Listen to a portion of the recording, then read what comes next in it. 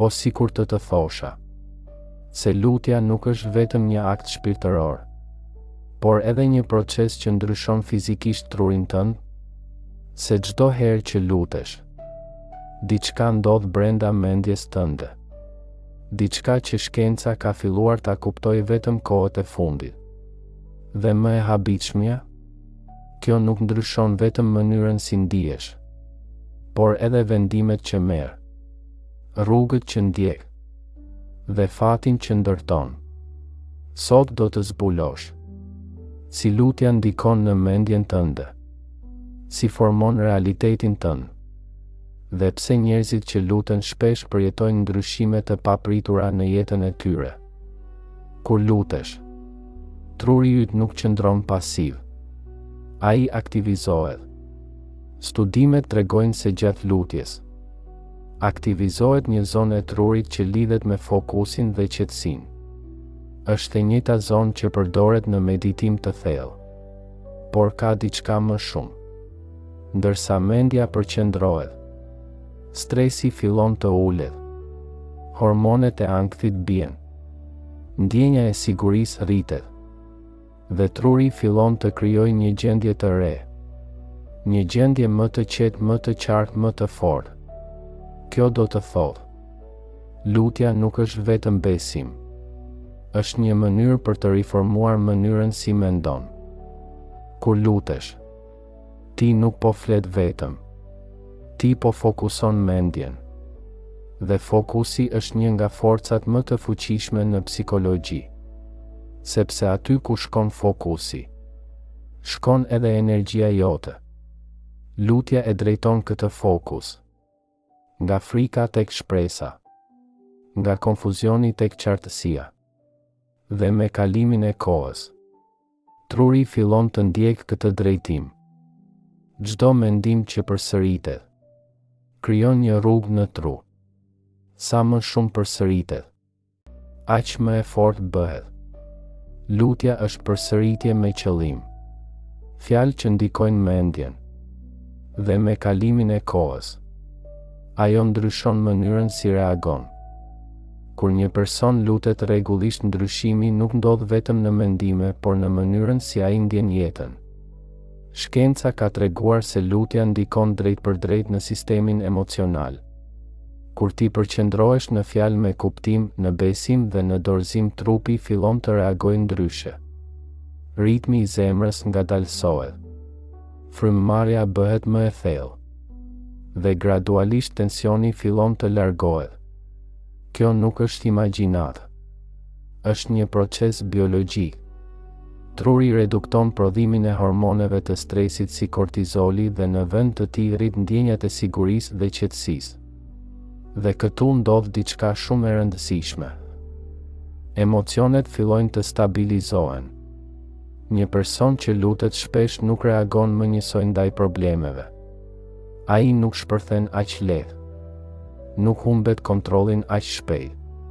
Sepse brenda tij është krijuar një hapësirë, një distancë midis asaj që ndodh dhe reagimit të tij.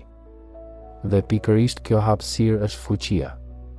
Sepse aty lind zgjedhja. Dhe çdo zgjedhje fillon të ndryshojë jetën. Shumë njerëz mendojnë se fati ndryshon papritur si një ngjarje e madhe që vjen nga jashtë. Por e vërteta është më e thellë. Fati ndërtohet nga vendimet e vogla që merr çdo ditë. Dhe këto vendime nuk lindin rastësisht. Ato lindin nga gjendja e mendjes dhe emocioneve. Kur një person lutet rregullisht, ai fillon të mendojë ndryshe. Ai bëhet më i vetëdijshëm, më i qartë, më pak impulsiv. Dhe kjo e bën të zgjedhë ndryshe. Ndoshta ai nuk reagon me zemërim. Ndoshta ai nuk largohet nga një mundësi. Ndoshta ai guxon të bëjë një hap që më parë do ta shmangte. Dhe këto ndryshime të vogla fillojnë të krijojnë një rrugë të re. Një rrugë që duket si fat i ri, por në të vërtetë është rezultati një mendjeje të transformuar. Lutja nuk ndryshon vetëm atë që ndodh jashtë. Ajo ndryshon atë që ti zgjedh të bësh. Dhe kjo ndryshon gjithçka. Në botën e sotme mendja është gjithmonë e zhurmshme. Mendime pa fund. Shqetësime. Frikëra që përsëriten. Dhe në këtë zhurmë është e vështirë të dëgjosh atë që është e rëndësishme. Por lutja krijon diçka që shumë njerëz e kanë humbur. Qetësinë. Kur një person ndalon dhe përqendrohet, mendja fillon të ngadalsohet. Mendimet humbasin forcën e tyre. Dhe në atë hapësirë të qetë fillon të shfaqet qartësia. Ide që nuk i kishe parë më parë. Zgjidhje që dukeshin të pamundura. Vendime që tani duken të thjeshta. Shkenca e quan këtë rikalibrim i sistemit nervor. Por në thelb është diçka më e thellë. Është momenti kur mendja ndalon së luftuari dhe fillon të dëgjojë. Dhe ndonjëherë përgjigjet që kërkon nuk vijnë nga jashtë. Ato lindin në heshtje. Ajo që beson nuk qëndron vetëm në mendjen tënde. Ajo ndikon në mënyrën si e sheh botën. Në psikologji, kjo quhet perceptim selektiv. Ti sheh atë që mendja jote është e përgatitur të shohë. Nëse beson se gjithçka është kundër teje, do të gjesh prova për këtë. Nëse beson se ka mundësi, do të fillosh t'i vëresh ato. Lutja forcon një lloj besimi të veçantë. Një besim që nuk varet nga rrethanat, por nga një ndjenjë e brendshme sigurie. Dhe kur ky besim rritet, diçka ndryshon. Ti fillon të reagosh ndryshe. Të shohësh mundësi aty ku më parë shije vetëm probleme. Të besosh edhe kur nuk ke prova. Dhe pikërisht kjo ndryshon realitetin tënd. Jo sepse bota ndryshon menjëherë, por sepse ti fillon ta shohësh ndryshe. Për shumë vite shkenca dhe besimi janë parë si dy botë të ndara. Por sot kjo po ndryshon. Studimet moderne po tregojnë se praktikat shpirtërore si lutja kanë efekte reale në trup dhe mendje. Por ajo që shkenca mat është vetëm një pjesë. Sepse për shumë njerëz lutja nuk është vetëm një proces neurologjik. Është një lidhje. Një ndjenjë se nuk janë vetëm. Se ekziston një prani, një drejtim, një kuptim më i madh.